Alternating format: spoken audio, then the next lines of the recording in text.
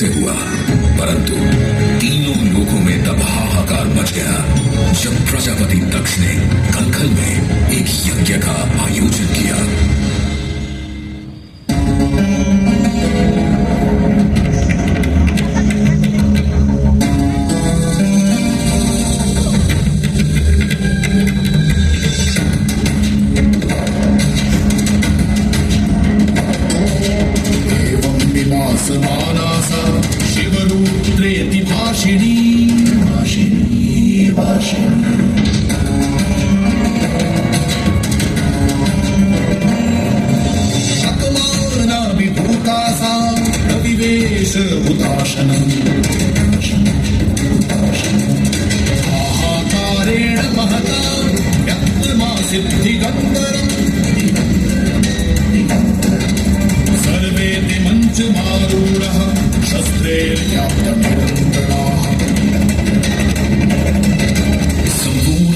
स्वामी शिव शंभु को प्रजापति दक्ष ने यज्ञ में आमंत्रित नहीं किया था।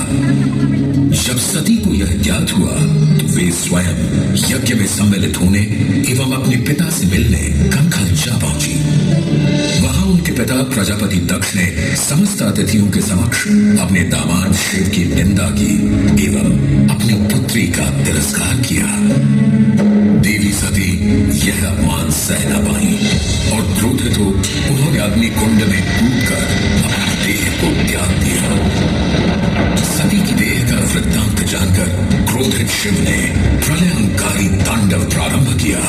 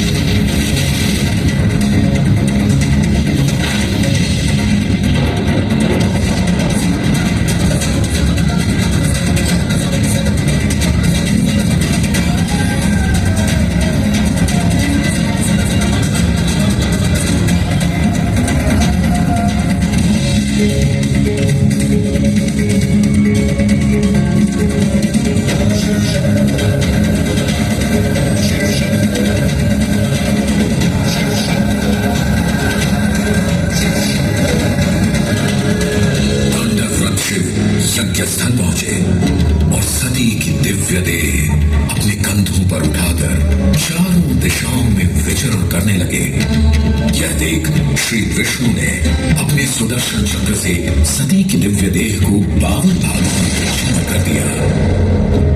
धरती पर जिन 52 जगहों पर देवी सती के अंग कट कर गिरे वे सभी स्थान शक्तिपीठ बन गए। आप लोग आज जहां बैठे हैं यहां से लगभग 30 किलोमीटर दूर तारा तारिणी शक्तिपीठ है। इस तीर्थ को भारत के 4 प्रमुख प्राचीन शक्तिपीठों में से एक माना जाता है। इसके अलावा ओडिशा में 2 और शक्तिपीठ भी हैं। जाजपुर में स्थापित बिरजा शक्तिपीठ, जहां आज भी देवी दुर्गा को मां बिरजा के रूप में पूजा जाता है। वहीं दूसरी ओर भगवान जगन्नाथ के मंदिर परिसर में शक्तिपीठ के रूप में मां विमला मंदिर मौजूद है। चाहे देवी सती की दिव्य देह शक्तिपीठ बनकर पृथ्वी पर समा गई हो, लेकिन शिव को शक्ति से कौन अलग कर सकता है। मान्यता है कि देवी सती ने राजा हिमवान और मैनावती की पुत्री बन पार्वती के रूप में दोबारा जन्म लिया और एक बार फिर भगवान शिव से विवाह किया।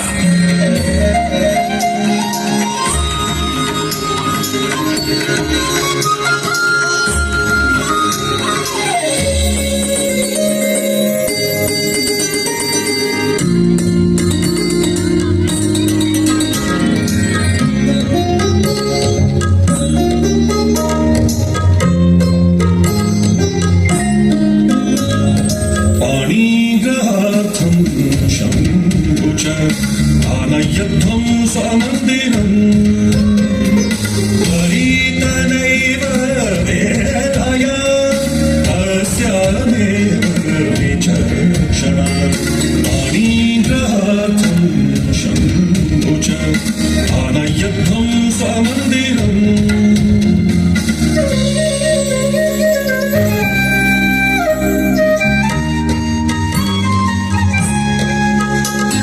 अर्धांगिनियां भी वहां उपस्थित थी। भगवान विष्णु के आग्रह करने पर रुद्र ने अपना दिव्य रूप धारण किया था। चारों ओर देवताओं से घिरे हुए देवों के देव महादेव सभी आभूषणों से सुसज्जित थे। करोड़ों सूर्यों के समान तेजस्वी भगवान शिव ने सुंदर रत्नमय मुकुट धारण कर रखा था। कंठ में हार आदि सुंदर आभरण शोभा दे रहे थे। सुंदर कड़े और बाजूबंद मुख्य भुजाओं को विभूषित कर रहे थे। अग्नि के समान निर्मल एवं अनुपम अत्यंत सूक्ष्म मनोहर एवं बहुमूल्य युगल वस्त्र से उनकी बड़ी शोभा हो रही थी।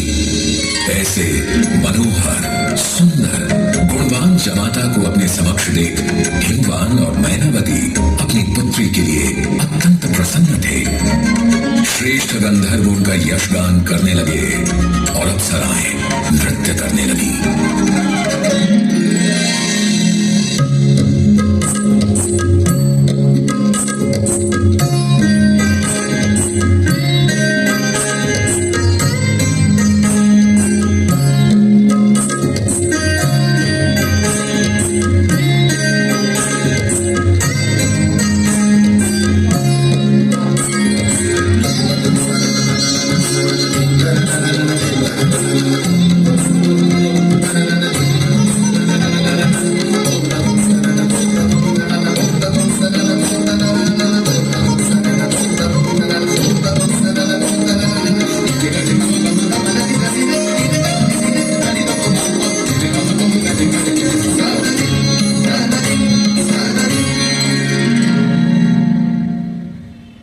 शिव शंभु को भोले उनकी सादगी एवं सरलता के लिए कहा जाता है।